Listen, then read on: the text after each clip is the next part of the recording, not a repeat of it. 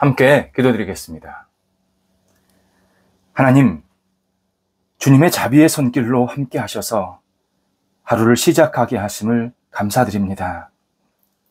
저희 영혼이 자비로 충만하게 하사 주님을 증언하는 삶이 되게 하옵소서.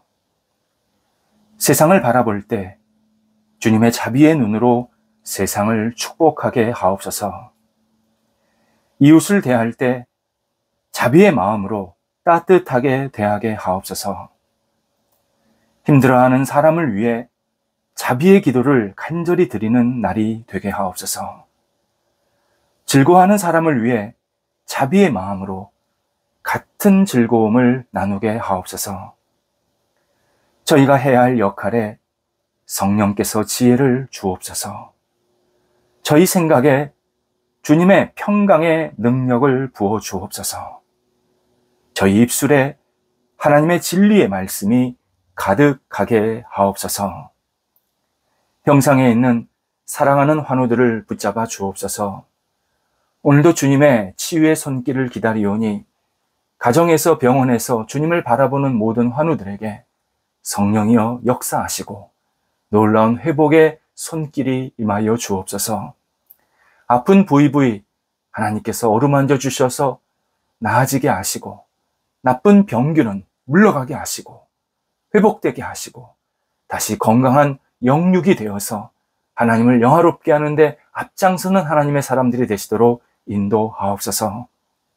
옆에서 기도하시고 애쓰시는 가족들 붙잡아 주셔서 힘 주시고 모든 삶의 터전을 안정시켜 주시며 믿음을 부어 주셔서 여러 가지 역할들을 감당할 때 하나님의 역사하심을 목도하게 하옵소서. 자녀들을 붙잡아 주옵소서. 자녀들이 예수님을 사랑하고 의지하는 복 있는 자녀들 되게 하옵소서. 하나님을 경외하며 주의 말씀에 붙잡힌 바 되게 하옵소서. 어린 영혼들 평생 주님 안에 거하며 주님 동행하면서 주님을 영화롭게 하는 데 쓰임 받도록 함께 하옵소서. 공부하는 자녀들 지금의 학업 시간이 하나님의 원대한 꿈과 영광을 위해서 쓰임 받는 준비하는 시간 되게 도와주시옵시고 일들을 통해서 마음의 담대함과 자긍심이 넘쳐나는 학업의 시간 되게 하옵소서.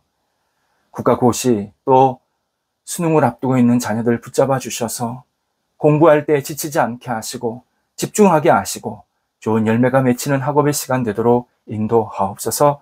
하나님을 경외하며 기도하는 학업이 되도록 인도하옵소서. 장래 여러 가지 일과 만남을 위해서 기도하고 있는 자녀들 붙잡아 주셔서 늘 주의 주시는 능력으로 문이 열리게 하시고 복 있는 만남이 있게 하시고 교제가 있는 하나님의 사랑이 있는 거룩한 만남으로 승화될 수 있도록 함께 하옵소서. 저희 성도들의 일터를 붙잡아 주옵소서. 각기 맡겨진 역할들, 가게, 사업, 학교, 직장에서 하나하나씩 일들을 감당할 때에 주님의 뜻을 이루게 하시고 일터가 하나님 나라가 확장되는 데 쓰임받게 하시고 좋은 만남과 교류가 계속 이어지도록 함께 하옵소서. 집중해서 이 일들을 감당할 때에 놀라운 결실들이 맺히게 하시고 선한 마음으로 합력하여 선을 이루게 도와주시고 하나님 앞에 쓰임받는 모든 일터가 되기에 부족함이 없게 하옵소서. 어두운 영이 틈타지 못하도록 막아주시고 계속 원활한 만남과 교류 또 계속해서 일 추진을 통하여서 하나님 앞에 쓰임받는 일터가 되도록 역사하여 주시옵소서.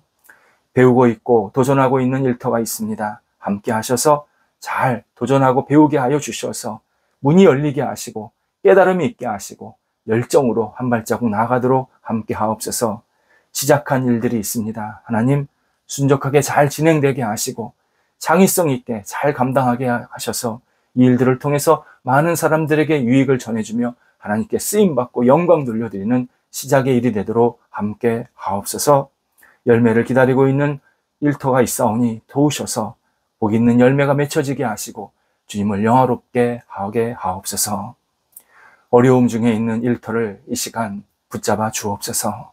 하나님의 능력의 손길이 임하시기를 간절히 기도드립니다. 문이 열리게 하시고 어려움은 극복되게 하시고 좋은 천사의 손길을 만나게 하시고 새롭게 힘차게 앞을 향해 나아갈 수 있는 열정과 믿음을 주셔서 지금이 끝이 아니라 다음 정거장이 있음을 다시 한번 생각하면서 힘차게 앞을 향해 전진해 나갈 수 있는 일터들이 되도록 함께 하옵소서. 우리 성도들의 영혼과 육체를 붙잡아 주셔서 일하기에 부족함이 없게 도와주시옵시고 날마다 주님을 의지하며 믿음으로 담대하게 극복할 수 있도록 역사하여 주옵소서.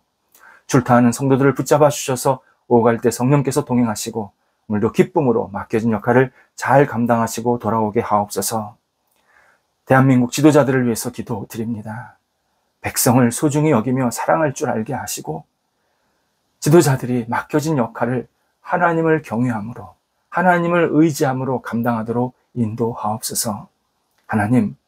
하나님의 뜻이 이루어지는 지도자의 역할이 되게 도와주시고 각계각층 지도자들이 일들을 감당할 때에 하나님을 사랑하는 마음으로 하나님 나라를 꿈꾸면서 하나님을 두려워하는 마음으로 모든 것을 감당하도록 인도하옵소서.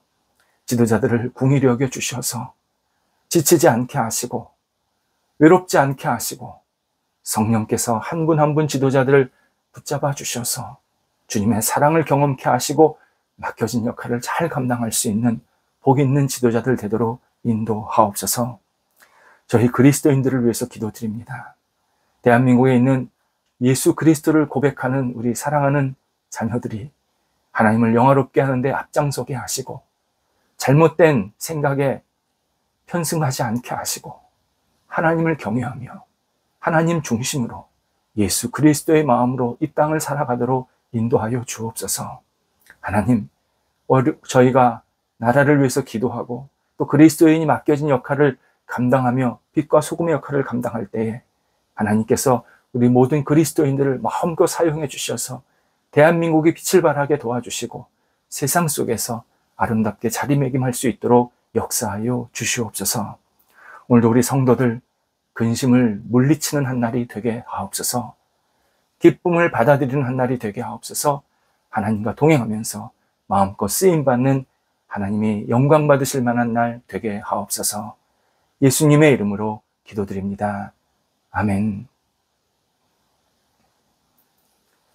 오늘 우리에게 주시는 하나님의 말씀은 신약성경 누가복음 10장 17절에서 21절 말씀입니다. 누가복음 10장 17절에서 21절입니다. 살아계신 하나님의 말씀을 봉독합니다. 70인이 기뻐하며 돌아와 이르되 주여 주의 이름이면 귀신들도 우리에게 항복하더이다. 예수께서 이르시되 사탄이 하늘로부터 번개같이 떨어지는 것을 내가 보았노라. 내가 너희에게 뱀과 전갈을 밟으며 원수의 모든 능력을 제어할 권능을 주었으니 너희를 해할 자가 결코 없으리라. 그러나 귀신들이 너희에게 항복하는 것으로 기뻐하지 말고 너희 이름이 하늘에 기록된 것으로 기뻐하라 하시니라. 그때 예수께서 성령으로 기뻐하시며 이르시되 천지의 주제이신 아버지여 이것을 지혜롭고 슬기 있는 자들에게는 숨기시고 어린 아이들에게는 나타내심을 감사하나이다. 옳소이다. 이렇게 된 것이 아버지의 뜻이니이다. 아멘. 성경은 기쁨, 성경 언어로는 희락, 이 기쁨이 하나님의 은사라고 알려주십니다. 은사라는 것은 하나님께서 인간적 환경, 상황, 조건과 관계없이 누릴 수 있도록 주신 선물이라는 의미입니다. 그렇다면 우리는 이 기쁨의 선물을, 이 보따리를 풀어서 마음껏 기쁨을 경험해야 합니다. 이것이 신앙인이 가져야 할, 누려야 할 기쁨의 아주 중요한 본질입니다.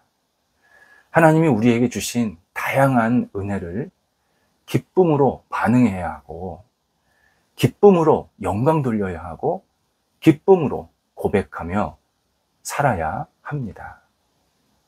항해를 한번 생각해 보시기 바랍니다. 항해할 때, 배가 바다를 움직일 때 바람이 부는 대로 배가 가는 것이 아닙니다. 바람이 부는 대로 배가 간다. 그건 항해가 아니라 표류입니다. 목적지에 맞추어서 배가 움직이는 겁니다. 우리의 갈 길을 정해주는 것은 바람이 아니라, 환경이 아니라, 조건이 아니라 항해하는 방향입니다. 좋은 일이 생겼다라는 바람이 불어야 기쁜 것이 아닙니다. 기쁨이라는 목적지, 기쁨이라는 방향, 이것이 분명하면 모든 일에 기쁨으로 반응할 수 있습니다. 우리는 일어나는 일에 기쁨으로 반응할 수도 있고, 좀 슬프게, 우울하게 반응할 수도 있습니다. 이때 기쁨을 견고하게 누리는 태도가 하나님께서 원하시는 영적인 성숙함에 이르는 모습입니다. 그리스도의 유머라는 흥미로운 책이 있습니다. 많은 사람이 예수님 생각을 하면 매우 근엄하고 엄숙한 분으로 상상한다, 이렇게 이 책이 전제를 합니다. 하지만 저자가 성경에 나오는 예수님의 다양한 모습을 보니까 예수님은 매우 밝고 유머러스한 분이었다라고 정의를 합니다. 그래서 예수님의 말씀이나 어떤 비유, 행동 하실 때 보면 유머를 자주 사용하십니다. 우리는 그것이 유머인지 잘 모르는데 실제 당시의 언어 상황으로 볼 때 유머가 많았다라는 겁니다. 특별히 어떤 기적을 일으키시고 사람을 대하실 때는 굉장히 부드러운 위트, 유머를 계속 사용하셔서 사람들의 마음을 일단 안정시키셨고 좀 푸근하게 만드셨다라고 말합니다. 이렇게 유머가 그리스도의 삶 가운데 아주 중요한 부분이지만 적지 않은 신앙인이 이 사실을 인지하지 못하고 있어서 예수님의 말씀, 예수님의 행동을 오해할 때가 많다, 이렇게 우리에게 알려줍니다. 예를 들어서 가나안 혼인잔치 기적이 있습니다. 가나안 혼인잔치 물로 포도주를 만드는 혼인잔치 기적은 요한복음에 의하면 첫 번째, 처음으로 있었던 기적입니다. 이때 포도주를 만드시는 장면은 정말 예수님께서 밝고 환한 마음으로 이 일을 하셨다라고 분석합니다. 예수님께서 잔치에서 포도주가 떨어졌을 때 즐거움이 깨지지 않도록, 그 잔치의 흥이 없어지지 않도록 더 많은, 그것도 더 좋은 포도주를 제공하십니다. 이 사실 자체만으로도 예수님은 시무룩하고 침울한 구원자상이 아니다, 분명하게 우리에게 알려줍니다. 어떻게 우울한 분이, 어떻게 감정이 없는 분이 잔치를 즐기라고 물로 포도주를 만들어 주겠느냐, 이렇게 질문을 우리에게 던집니다. 그런데도 사람들은 예수님께서 물로 포도주를 만들어 주신 게 아니라 물로 식초를 만들어서 이 잔치를 완전히 파하려고 하는 것처럼 그렇게 자꾸 성경을 오해하고 있다라고 말합니다. 그래서 혼인잔치에서 물로 포도주를 만든 이 사건은 실제로는 포도주를 주신 사역이 아니라 인간에게 기쁨을 선물로 주신 사역이었다, 이렇게 멋진 내용을 쓰고 있었습니다. 오늘 본문도 예수님의 기쁨을 깨닫게 해주는 내용입니다. 예수님은 제자들을 둘씩 짝을 지어서 유대 지역 전체로 보내셨습니다. 그 규모는 오늘 본문에 따르면 한 70명 정도 된다고 알려주십니다. 이들은 예수님에게 배운 어떤 진리의 말씀, 또 예수님이 구약 성경에서 예언되어 있는 메시아, 구원자다, 이러한 내용, 이러한 사실을 중심으로 사람들에게 다가갑니다. 근데 이들이 만난 사람 가운데는 아픈 사람들, 또 영적으로 굉장히 힘들어하는 사람들, 귀신 들린 사람들이 다수 있었습니다. 이때 예수님의 이름으로, 구주 예수님의 이름으로 귀신들을 담대하게 쫓아냈다. 귀신들을 이겼다. 라고 제자들이 고백하고 예수님께 전해주는 내용이 본문에 있습니다. 제자들이 이런 일을 경험하면서 치유받은 사람도 놀랐겠지만 제자들 자체도 굉장히 놀랐습니다. 예수님의 이름이 이 정도 강력한 힘이 있구나 깨달았던 겁니다. 그런데 이것을 단순히 놀랬다라고 표현하지 않고 오늘 17절에 보니까 기뻐했다라고 설명하고 있습니다. 70명의 제자들은 자신들이 예수님의 이름으로 행한 일이 너무나도 위대하고 대견함에 너무 감격하고 기뻐했다. 그렇게 우리에게 알려주고 있습니다. 이때 예수님께서 지금 사탄이 공중에 있다가 번개같이 내려와 너희들을 괴롭힌다, 방해하고 있다 라고 말씀하십니다. 그러나 내가 모든 능력을 너희에게 주었으니까 너희는 얼마든지 사탄의 방해를 이겨낼 것이다. 약속과 말씀을 해 주십니다. 그러면서 오늘 본문 20절에서 귀신들이 항복하는 것을 기뻐하지 말고 너희들 이름, 70명의 이름이 하늘에 기록된 것으로 하나님 나라에 들어가는 것으로 기뻐하라. 말씀하십니다. 70명이 하나님 나라로 들어가니까 하나님 나라가 확장이 된 겁니다. 하나님 나라 확장을 두고 기뻐하라 라는 뜻입니다. 그러면서 21절에서 예수님도 성령으로 기뻐하시면서 하나님께 감사의 기도를 드리셨다라고 설명이 되어 있습니다. 예수님께서 성령으로 기뻐하셨다라는 것은 성령과 함께 기뻐하셨다라는 의미입니다. 성령과 함께 기뻐하셨다라는 것은 하나님, 예수 그리스도, 성령님이 모두 기뻐하셨다라는 뜻입니다. 예수님은 하나님 나라가 세상에서 조금씩 확장되는 모습을 보시면서 귀신이 내쫓기는 것을 보신 게 아니라 하나님 나라가 확장되는 것을 보시면서 곧 70명의 제자들의 이름이 하나님 나라에 들어가는 것을 보시면서 그것도 성숙하고 지식이 많았던 사람들이 아니라 70명이라는 무명의 사람들, 당시 기준으로 보면 별 볼 일 없는 사람들, 출중하지 않은 사람들이 하나님 나라를 위해서 헌신하고 하나님 나라에 들어가게 되는 것을 보시고 기뻐하셨다 말씀하십니다. 예수님은 하나님 나라에 많은 사람들이 들어오는 것을 너무 기뻐하십니다. 구원받은 사람이 점점 늘어나는 것을 너무 기뻐하십니다. 하나님 나라를 전하고 누리는 것, 특정 소수만의 보물이 아니라는 겁니다.